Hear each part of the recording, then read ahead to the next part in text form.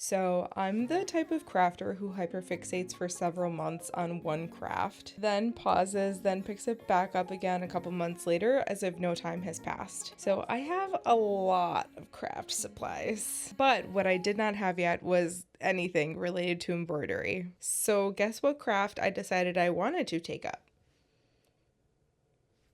Yep, embroidery. So in mid-July, I visited a couple secondhand craft stores in Rochester, New York, when my best friend, who is also an avid crafter, came to visit. There are secondhand craft stores all over the country. This was our first time checking them out. If you haven't already, hit that subscribe button and like this video if you want to see more content on secondhand thrifting and crafting. I know it's a bit different than my usual content, but I do use likes to determine what I should keep making content on. But first, I know it's been a while, so I wanted to give a short little life update. I usually post 2 videos a week, but I kind of fell off the face of YouTube in June. My husband and I came down with some sort of mystery upper respiratory virus that really knocked us out for the count. Both of us were sick for a full 4 weeks. I lost my voice for almost a week. I also ended up with a ruptured eardrum from sinus pressure, and I completely lost my hearing in this ear for several weeks. It has slowly, mostly returned. At this point, it could return fully over time, or it could not.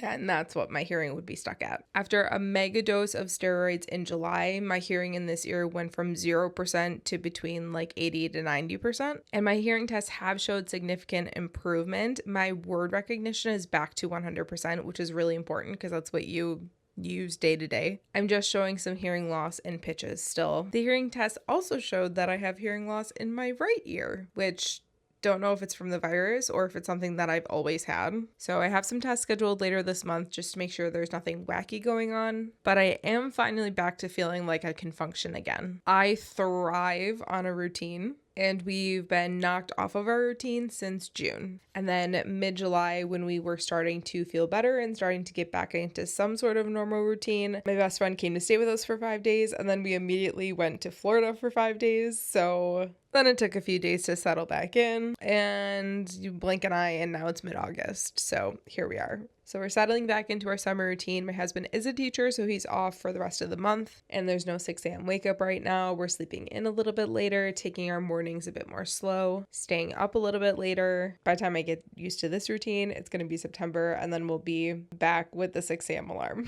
Ready to shake it up again, I'm sure. So that's kind of what's been happening. I'm really excited to get back to long videos. The time that I had taken off from creating long form content, I have come up with so many new ideas. But as always, let me know if there's something specific that you want to see. But let's get into today's video.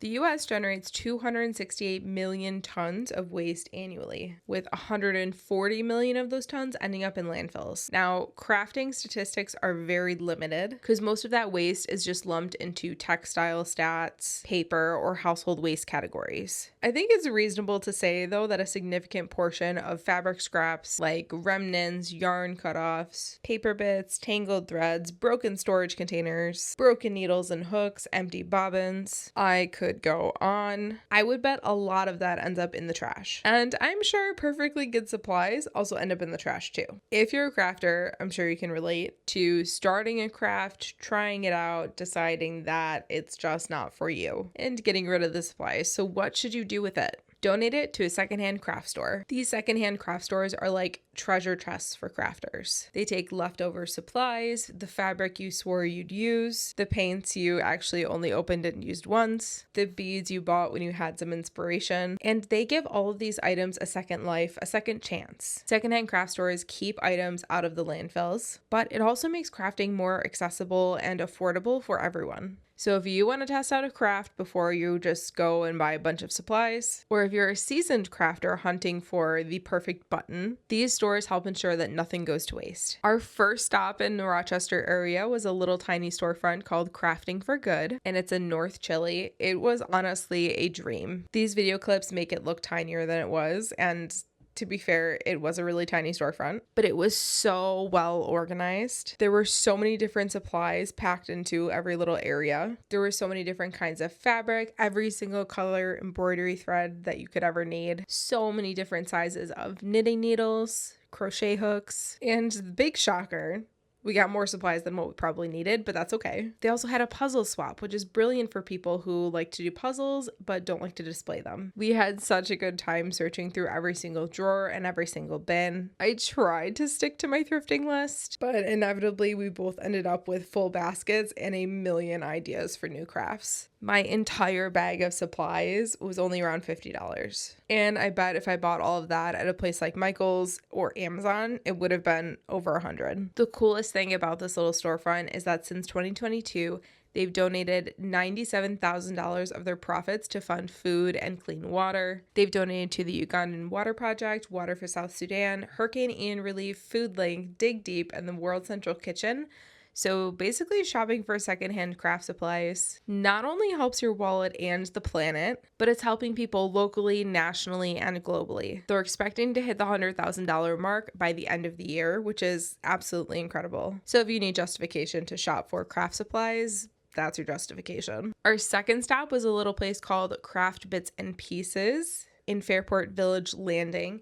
It had a large variety of craft supplies, but it also had a huge section for things that were made locally. It was a cute store. It was huge, but honestly had probably the same amount of crafting supplies as the first store. It was just spread out. Very reasonable prices, very organized, very busy also, so we didn't get to chat with anybody from there for very long. Both stores were run by volunteers, which is amazing. I would love to do this and to be part of this one day. There's also something really special about shopping in a place that's run by volunteers. You can really feel that community connection. These are people who just genuinely love crafting and want to see the supplies going to homes where they'll actually be used and where they would get a second life instead of going to the landfill. After visiting both stores, I felt inspired, not just by the supplies that I found and inspired in my own crafts, but inspired that there's a whole network out there of people that I didn't even know existed before who are quietly working to keep creativity alive and keep items out of the trash.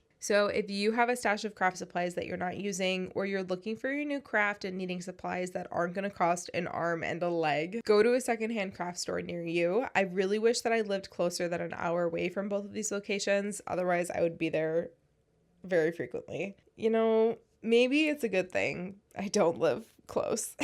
But for now, I have stocked up on all of the supplies that I need, and I know where to go when I run low. If you're in the Western New York area and like crafting, both of these places were definitely worth the 1 hour drive from Buffalo because Buffalo doesn't have any secondhand craft stores. If you're not local, check your area for reuse centers or secondhand craft stores. You would be surprised to find what's out there. I am going to link a website in the description. It has an interactive map with locations all over the country, even some international locations too. So be sure to check it out. If you enjoyed this video, be sure to like it and let me know if you want to see more crafting content. It's definitely more in the lifestyle, not really sustainable living niche. But if that's what you want to see, I'm definitely okay with sharing more of what I do. Either way, I use likes to determine what I should keep making content on. So if you want some more crafting or secondhand thrifting, let me know. Hit that subscribe button if you haven't already, or check out my other short form platforms. I am so happy to be back to making YouTube videos. It might take me a week to get back into my 2 videos a week, but I will be back every 4 to 5 days. You'll have a new video. Until then, happy crafting, and I'll see you next time.